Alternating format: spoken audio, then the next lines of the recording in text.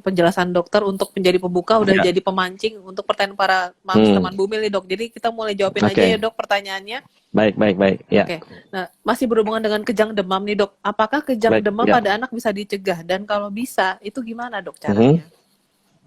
Ya, kejang demam itu sayangnya tidak ada obat penurun demam atau antipiretik yang bisa mencegah kejang demam. Jadi dengan kata lain, kejang demam itu tidak bisa dicegah dengan pemberian antipiretik atau obat penurun suhu. Memang kejang demam itu bisa dicegah dengan pemberian obat yang namanya diazepam atau anti kejang. Tapi pemberian diazepam pada anak yang pernah mengalami kejang demam dan diharapkan dia tidak berulang kejang demam di kemudian hari dengan diazepam ini, itu hanya diberikan pada sebagian kecil kasus saja. Pada sebagian besar kasus dia tidak diberikan diazepam tadi. Kenapa? Karena harus menimbang-nimbang manfaat, benefit, dan risknya. Kalau ternyata risknya melebihi benefitnya, maka kita tidak ambil. Apa sih risk yang bisa terjadi? Anaknya kalau dikasih diazepam itu bisa membuat jadi banyak tidur, mengantuk, tidak beraktivitas. Malah kita jadi bingung, rancu. Ini anak banyak tidur gara-gara efek diazepamnya, atau jangan-jangan ada satu penyakit disertai kejang yang membuat kesadaran menurun, meningitis atau encephalitis tadi. Itu harus dibedakan. Maka pada sebagian besar kasus tidak perlu diberikan diazepam untuk kejang demam sebagai pencegah. Dan kalaupun ingin menenangkan diri dengan memberikan paracetamol ketika anak demam pun, itu tidak menjamin tidak berulangnya kejang demam. Itu jawabannya. Tapi satu lagi yang harus saya tekankan adalah kejang demam itu tidak terjadi pada semua usia. Jadi terutama pada usia 6 bulan sampai 5 atau 6 tahun. Artinya kalau anak mengalami kejang demam sebelum usia 6 bulan atau sudah 6 tahun, itu adalah kondisi yang tidak wajar dan harus dicari tahu apa penyebab lainnya, dan pasti harus ke dokter untuk mencari tahu. Begitu. Oke. Nah, ini juga pertanyaan dari Mams Novi nih kayaknya cukup mewakili pertanyaan para mams yang lain nih, Dok. Dia mau tanya nih, Dok. Dok mau tanya, jika ada anak kejang demam, kira-kira berapa lama kejang yang berbahaya dan harus segera ditanganinya tuh di detik keberapa, atau mungkin harus kita punya obatnya atau gimana, Dok? Ini cukup menarik nih, Dok. Jadi durasi atau toleransi kapan boleh ditunggu kejang demam itu adalah 5 menit. Kenapa? Ya umumnya itulah keunikan otak otak balita ya. Ternyata kita itu istilah bisa bertahan untuk tidak mendapatkan pasukan oksigen yang cukup pada kondisi kejang demam itu bisa sampai sekitar 5 menit, dan itu tidak merusak otak sama sekali. Tapi kalau sudah 5 menit itu risikonya lebih membahayakan. Yang kedua adalah ternyata kejang demam itu sebagian besar, kalau bisa bilang mungkin 90%, itu berhenti sendiri sebelum 5 menitnya tercapai. Makanya tidak terlalu khawatir juga gitu. Kalaupun ditunggu 1 menitnya lewat, 2 menitnya lewat, ternyata nanti belum 5 menit juga udah biasa berhenti sendiri. Tapi kalau sudah 5 menit tidak berhenti kejangnya, maka kita boleh memberikan upaya. Kalau kita punya diazepam yang diberikan lewat dubur, kita boleh memberikan diazepam tersebut. Kalau misalnya ternyata tidak punya, ya terpaksa harus dibawa ke rumah sakit atau klinik terdekat untuk ditangani kejang demamnya tadi. Itu patokan waktunya. Baik. Patokan waktunya ya, Dok. Jadi sebenarnya tapi tidak usah menunggu 5 menit, bisa langsung dilarikan ke rumah sakit, itu lebih baik ya, Dok ya? Ya, tidak seperti itu juga gitu loh. Jadi kalau anak mengalami kejang, itu yang langkah pertama adalah melakukan upaya di rumah untuk mengatasi kejang demamnya, dan itu bukan dengan buru-buru membawa ke rumah sakit. Jadi kalau bawa ke rumah sakit itu kalau sudah lebih dari 5 menit. Kan tadi saya ulang lagi, karena sebagian besar kejang demam itu berhenti kurang dari 5 menit. Ketika menunggu 5 menitnya itu atau menunggu kejangnya berhenti, ya berharapnya sih nggak sampai 5 menit ya, sesegera mungkin. Siapa sih yang mau nunggu sampai 5 menit itu, mungkin rasanya sampai 5 hari rasanya kan. Jadi yang penting adalah satu, pastikan anak itu kondisi jalan napasnya itu tidak terhalangi. Jadi kadang-kadang kalau kita panik, kita jadi kayak ingin mendekap, padahal jangan sampai didekap, itu bisa menghalangi jalan napasnya.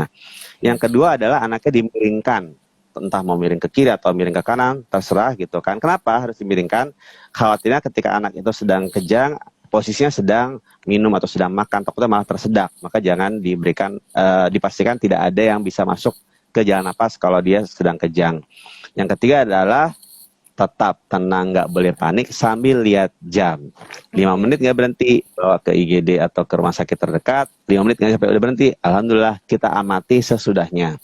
Biasanya setelah kejang itu anak tidak akan langsung kemudian sadar sigap, itu tidak ada sebagian yang seperti tertidur sebentar kemudian dia bangun lagi, ada cuma sebentar kayak bingung, atau nanti dia kemudian akan menangis. Tapi setelah kejang itu kesadarannya tidak lama akan pulih kembali. Kalau sampai kejang demam katakanlah sudah berhenti kurang dari 5 menit, tapi setelah itu dia tetap kok anaknya nggak bangun-bangun gitu, nih kayaknya anaknya banyak tidur terus, hati-hati, jangan-jangan ini masuk kondisi yang bukan kejang demam, tapi harus cari tahu ke arah yang lain, apakah itu misalnya encefalitis atau meningitis, maka harus dibawa ke rumah sakit kalau tidak pulih-pulih kesadarannya walaupun sudah lebih dari 15 menit. Begitu. Iya, oke. Itu jadi urutannya apa yang harus dilakukan orang tua ya, Dok ya? Ya, betul. Oke, nah tapi ini kan di sekitaran sini juga banyak nih mitos seputar kejang demam dan pencegahannya.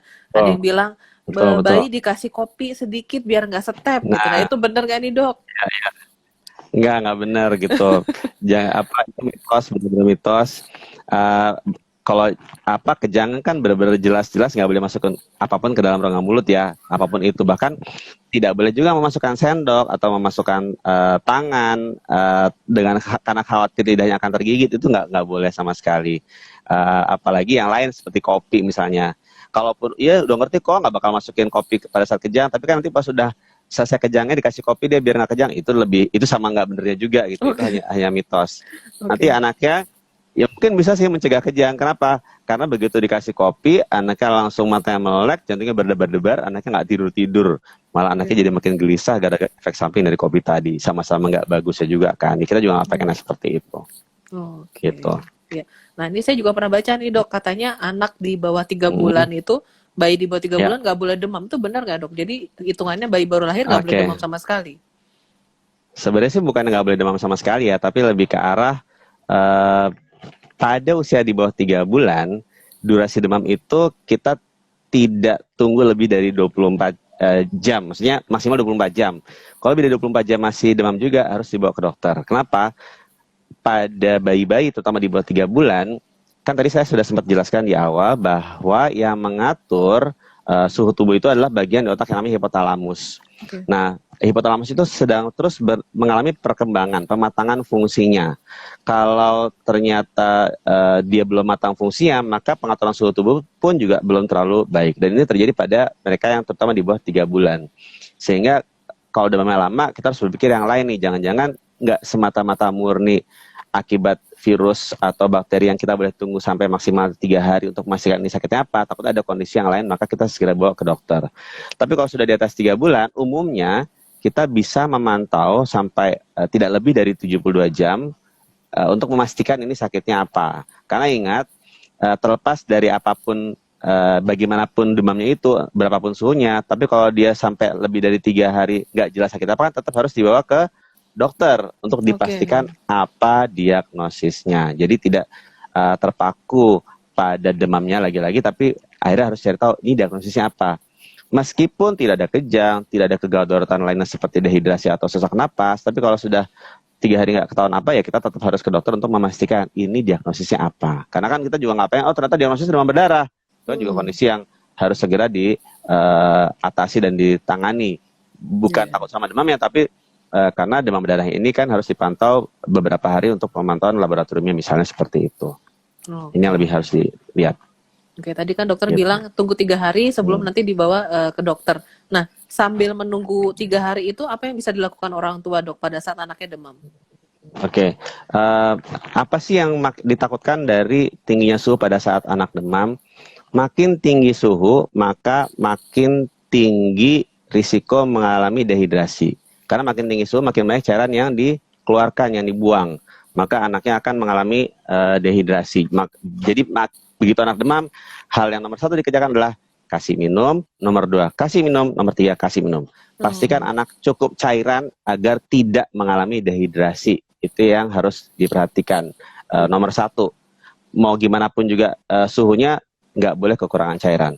Dan saya harus tegaskan lagi bahwa menunggu 3 hari itu untuk observasi kira-kira sakitnya apa itu dikerjakan selama tidak ada kegawat daruratan.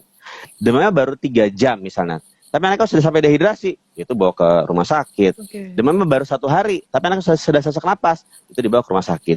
Bukan karena demamnya, tapi karena sesak napasnya, karena dehidrasinya. Anaknya demamnya baru baru 5 jam, tapi sudah mengalami kejang, yang kejangnya lebih dari 5 menit, ya itu kan jadi dibawa ke rumah sakit karena kejang demamnya. Jadi angka 3 hari itu berlaku untuk yang tidak disertai kegawat daruratan. Maka yang lebih penting bagi orang tua adalah mengetahui apa saja yang masuk kondisi kegawat daruratan. Bukan pusing sama demamnya, tapi apa aja sih yang bisa buat anak harus dibawa ke rumah sakit segera terlepas dari demamnya tadi. Demikian. Oke, Dok. Nah, jadi kan ini obat wajib yang harus dimiliki orang tua biasanya paracetamol atau kalau enggak ibuprofen itu sebagai penurun panas atau nyeri itu, Dok. Nah, di situasi seperti apa sambil menunggu 3 hari tidak ada tanda kegawat daruratan, anak boleh dikasih paracetamol, Dok? Oke, sebenarnya itu bukan obat wajib yang harus dimiliki oleh orang tua gitu. Artinya apa? Nggak punya paracetamol pun sebenarnya nggak apa-apa. Kan balik lagi ke filosofi demam tadi, ya kan? Demam itu tujuannya baik. Artinya dengan kata lain, don't treat low grade fever. Jangan buru-buru turunkan suhu pada kondisi demam. Kenapa? Karena pada kondisi demam itulah tubuh sedang memerangi virus bakteri yang membuat sakit. Jadi biarkan berikan kesempatan untuk mengalami demam. Nah, terus kapan nih kita berikan antipiretik? Kapan sih kita harus ngasih ibuprofen, paracetamol kalau kita memang udah nyetok obat itu? Paracetamol, ibuprofen sudah disepakati oleh para ahli atau antipiretik, terutama dua antipiretik ini ya, karena yang lain tuh beberapa antipiretik dinyatakan tidak layak untuk diberikan pada anak. Itu diberikan ketika anak sudah mengalami ketidaknyamanan pada saat dia mengalami demam. Jadi ini bukan sebagai obat penurun suhu segera, tapi lebih ke arah untuk mengatasi ketidaknyamanan, kerewelan ketika anak itu mengalami demamnya tadi. Jadi mau suhunya 39 derajat misalnya, tapi anaknya masih aktif, jalan-jalan, nggak rewel, nggak usah buru-buru dikasih paracetamol. Berikan kesempatan bagi tubuh untuk segera memerangi virus bakterinya tadi. Tapi kalau sudah misalnya katakanlah 40 derajat, anaknya lemas, rewel, minta gendong, nggak nyaman, kita boleh kasih paracetamol. Boleh nggak sih nggak dikasih? Boleh-boleh juga nggak dikasih. Apa sih yang ditakutin dari demam? Tadi kan sudah saya dijelaskan, dehidrasi. Jadi cairan itu lebih penting diberikan pada anak demam dibandingkan dengan khawatir dan harus memberikan paracetamol. Dan nggak sedikit juga nih anak-anak, terutama buat yang baru-baru pertama kali ngalamin demam ya, begitu dikasih paracetamol apa sih reaksinya? Dimuntahkan kan? Mungkin ingat kalau pertama kali anak kasih paracetamol tuh baru minum dikit, muntah lagi, minum dikit, muntah lagi, karena bagi mereka tuh rasa yang asin dan tidak enak. Aduh, udah anaknya rewel, minta gendong, dikasih obat malah dimuntahkan. Terus gimana nih? Nggak usah khawatir, kan ada hipotalamus yang mengatur setting dari suhu tubuh kita. Nggak bakal kok bablas sampai 43 derajat tuh nggak mungkin. Kan nanti udah dimentokin di 39, di 40, dia akan turun dengan sendirinya. Dan selain tadi ya, yang penting adalah memastikan tidak dehidrasi, mengenali apa kegawat daruratannya, dan tahu kapan harus ke dokter untuk memastikan diagnosis kalau sampai 3 hari tidak jelas sakitnya apa. Begitu. Oke. Jadi kalau misalnya dalam kondisi anaknya masih main-main aja dan senang-senang aja, tapi lebih dari 3 hari, itu gimana, Dok? Maksudnya apakah bisakah orang tua kecolongan, Dok, kalau kayak gitu? Takutnya ternyata demamnya serius gitu. Nah, ya, menarik nih, menarik dengan kata kecolongan ya. Sebenarnya kita tuh nggak akan kecolongan kalau kita tahu bagaimana mengenali kondisi kegawat daruratan pada anak gitu. Jadi nggak usah khawatir. Nah, kalau kita tahu kondisi kegawat daruratan ini, dan tadi saya sudah bilang kan, bahkan sejak hari pertama itu kita sudah harus bisa mengidentifikasi. Saya yakin lebih dari 90% insya Allah nggak akan kecolongan. Jadi selain tahu bagaimana mengukur suhu pada saat demam, ingat ya, kan demam itu dilihat dengan termometer, bukan dengan tangan meter ya. Karena banyak yang kemudian begitu diraba dahinya panas, anaknya dibilang demam, panik sendiri. Padahal ketika diukur suhunya baru 37,8 derajat Celcius. Nah, nggak seperti itu. Jadi yang kita harus tahu mengenali sesak napas. Sesak napas itu adalah ketika anak frekuensi napasnya pada anak di bawah 1 tahun lebih dari 60 kali semenit, di atas 1 sampai 2 tahun itu lebih dari 50 kali semenit, dan di atas 2 tahun itu lebih dari 40 kali semenit, disertai dengan tarikan di sela-sela iga, itulah kondisi yang namanya sesak napas, itu kondisi yang masuk ke kategori gawat darurat. Jadi bahkan kalau anaknya nggak demam, tapi sudah sesak napas, ya bawa ke rumah sakit. Jadi jangan sampai kecolongan gara-gara kita nggak bisa mengidentifikasi sesak napas. Atau misalnya dehidrasi. Pada anak di bawah 2 tahun itu umumnya kalau tidak buang air kecil lebih dari 6 jam. Di atas 2 tahun tidak buang air kecil lebih dari 8 jam. Dan itu tidak berlaku pada malam hari. Nah kalau kondisi seperti itu terjadi, itu namanya dehidrasi, jangan sampai kita kecolongan. Bukan karena ada demamnya. Jadi itu lebih penting. Tahu sesak napas, tahu dehidrasi, tahu anak yang kemudian penurunan kesadaran karena dia banyak tidur tapi susah dibangunkan, itu lebih penting dibandingkan dengan fokus takut dengan suhunya yang sampai katakanlah 40 derajat. Sebenarnya mau 38, mau 39, mau 40 sama sih, sama-sama demam gitu loh. Dan tidak berarti demamnya tinggi, sakitnya berat, belum tentu. Bisa saja demamnya tinggi 40 derajat Celcius, sakitnya cuma common cold atau selesma. Bisa jadi demamnya 38 derajat Celcius, ternyata sakitnya meningitis bakterialis. Kan lebih berbahaya meningitis dibandingkan dengan common cold atau selesma. Jadi itu yang harus kembali diluruskan, miskonsepsi terhadap demam tadi.